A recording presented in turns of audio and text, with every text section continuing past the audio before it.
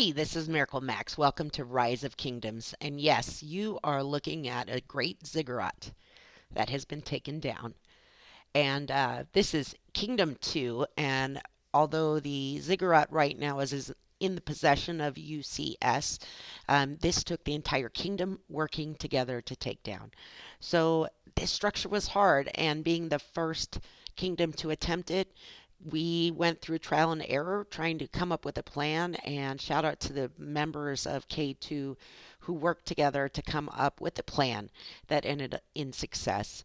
And one of the struggles throughout attacking this structure is that with so many players out on the map, the game was crashing for everyone over and over again. So, it really took everyone together to keep the attacks going and to take this sucker down. So let's go ahead and look at the scout report before we look at the footage of the takedown. And I was out of town for a week, so I did a lot of video recording while I was gone, and then am coming back and covering them. So, scouting report. Well, we know first of all we have 6 million T5 troops, and right there is just insane. Um, but obviously, it's possible to beat. It's been done. And let's look at what the skills are. So, first skill, we have a rage requirement of 4,000. This is a damage factor of 3,000 to enemies in a circular area. So, as soon as we see that, we know that we're going to struggle to add on solo attacks. Um, Secondly, if the skill affects less than 3 targets, all damage dealt is increased by 100% for 30 seconds. And that's out of every minute. So that's pretty insane. Um, so we wanted to make sure we had 3 targets hitting it, and we went with 3 rallies to be able to do that, to negate this second skill. The third skill, after using a skill, it reduces the rage required to use the next skill. So again, if we look back at the first skill, the rage requirement is 4,000 the first time, then 3,900, 3,800, 3,700, etc. And the fourth skill summons a group of believers to reinforce the Great Ziggurat whenever the Great Ziggurat garrison strength is reduced by 3%. 3%. So that means that this is going to happen a minimum of 33 times during the battle. And these believers are tough. These are tanks. They don't go down easy. And they were the thing causing the biggest problem in this. So the plan that was come up with was to have Tier 5 troops stationed at every fork, and their job being to take down the believers. And it took a lot of troops to do this, and you're going to see that it was successful most of the time. But wow, this was a tough one here. All right, secondary commander. This is a single target, not a AOE, so still is a damage factor of 3,500, but at least it's just hitting 1 target. Heals 5% of the units led by this commander every time they defeat an enemy army. So that's 300,000 troops. So this again is, you do not want to have solo attacks die on this attack, or else you're giving it back 300,000 troops every time one army dies. Pretty crazy. 3 summons a group of guardians. I'll tell you, the guardians come when it's reduced by 35% or reduced to 35%. And there are standard guardians. Nothing really scary about them, just kind of an annoyance. The believers are the issue. And of course, our final skill, which is our time limit, heals 100% of the units every 360 seconds. So we have a 6-minute window to get this done in. All right, so again, I'm going to go ahead and switch over and show you the video, and you guys can take a look at what we did. And again, this was troops from the entire kingdom handling this. 3 rallies coming in. Tier 5 troops at each fork to handle believers. And we have reinforcements at every fork for the rallies and to help with believers, Tier 4s. We also, I'm trying to think this through. We also just needed to be really careful to keep our troops back. And again, I think the three rallies that came in were UCS, RUB, and RUS. It might have been AO1 also. I'm not exactly sure, and we'll see them marching in shortly. Um, but if you look, we're trying to keep that zone around the center as clear as possible. We just don't want any trouble. And this right here is the first rally coming in. UCS end of day is leading the rally, and he's well over 1 million in power. Um, so we've got Richard, and this is going to be our tanking of the three rallies. Remember, we have the secondary commander who does a single hit, and then we have our primary commander who does the circular hit. All right, so now you can see the other two rallies coming in. Looks like we have Yi Song Yi. Can't see who's up in that corner. Maybe Minamoto and Richard as our three rally leaders. And here the believers are already coming in. And remember, it's a 25% heal. And I'm going to try and get in the rally, but I don't know how successful I am on this attempt. And again, the believers just keep coming down every single fork over and over again. And I've got two armies out in this fork to help take them down. And again, each fork needed to do their job of killing the believers, because one believer reaching that Ziggurat is going to just bring it all the way back up in health. Because right now we're at about 60%, I would say, remaining. And if you can imagine it jumping back up to 85%, it would be crazy. Now, I will say the one thing about three rallies coming in at this structure is we don't know who's going to make the last blow and win it. And so you're taking a chance by combining your kingdom and doing this of not being the one who takes it down first. So, that is a chance. Look at all those believers just lining up. We've got 3 in the bottom left, 2 in the bottom right, 1 up top.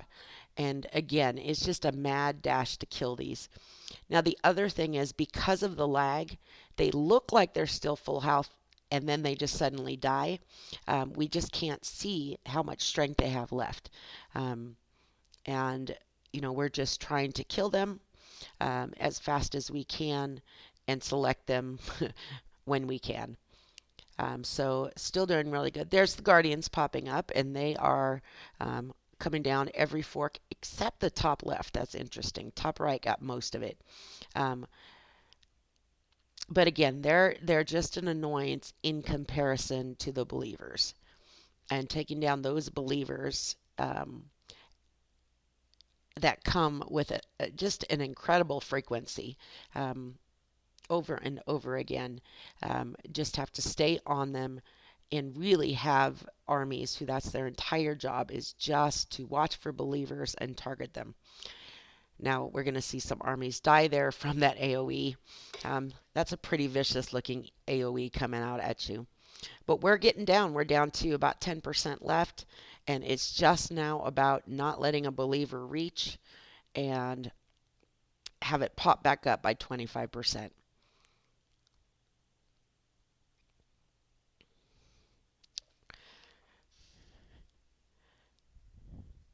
Looks like we're staying on top of the believers here. Right down at the very end.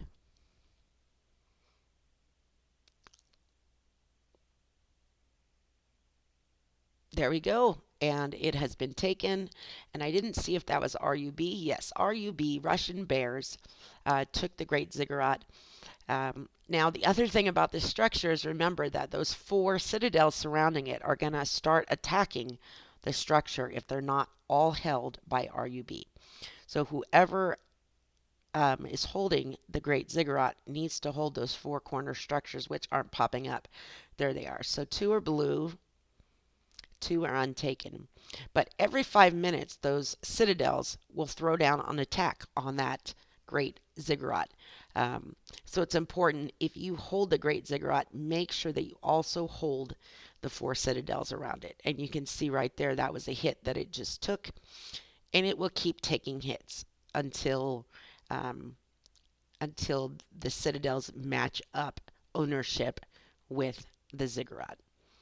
So it looks like right now UCS is capturing all the citadels, which means that shortly the ownership of this structure will change from RUB to UCS. And I'm sure all that was worked out well ahead of time, but those massive hits coming in, the game is attacking itself. And there's the problem. You see, two are held by one alliance and two are held by someone else. And that's going to mean that at least the bottom two are going to continue to attack until all the ownership matches up. So the way this structure works, you need to hold it for 8 hours for it to become yours. Then the shield pops up. For those 8 hours, those citadels can attack you. But after that, all the shields go up. It doesn't matter who's in the citadel area. It just matters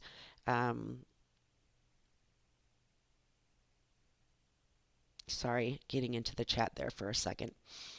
It just it just matters that we have a match. We have a match during those 8 hours that it's open. So after that, it does not matter. Um, I love watching those hits just come in.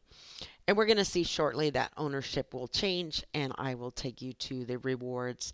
Good rewards for taking it, better rewards for being the alliance that holds it at the end of the game, and the kingdom that holds it at the end of the game. So here's a report. It took us 3.5 minutes. Our rally only did 28.1% of the damage, so it was pretty spread out among the 3 rallies. We had 1.5 million slightly wounded, so 3.5 million. And there you can see that it was infantry we were fighting. And we did have a maxed out Richard and maxed out Charles Martel as far as skills. He's not level 60, but we know that doesn't matter as far as your secondary commanders.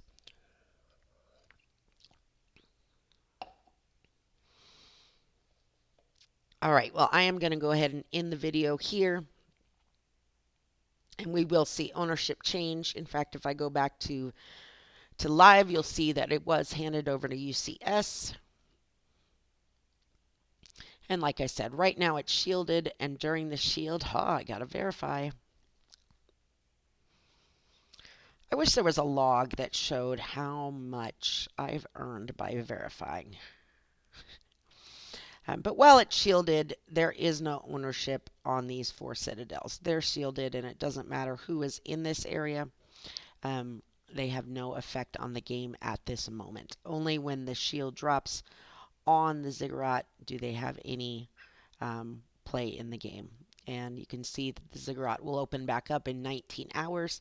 So we'll have to make sure that all 4 citadels are held by UCS at that time.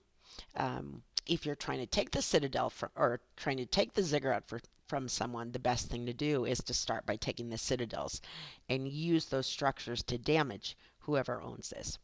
That's just a side note. But there you can see the buffs. All damage 3%, damage taken reduced by 3%, and then a lot of Kingdom Honor and Alliance Honor rolling in. All right, well, I appreciate you coming to watch this. Like I said, shout out to this first Kingdom map. You know, Kingdom 1 through 8 had to do everything first. They didn't have any blueprint, any videos to watch to show them what to do and what not to do. And they are right at the end. It's down to, of course, that message popped up. We'll have to wait for that to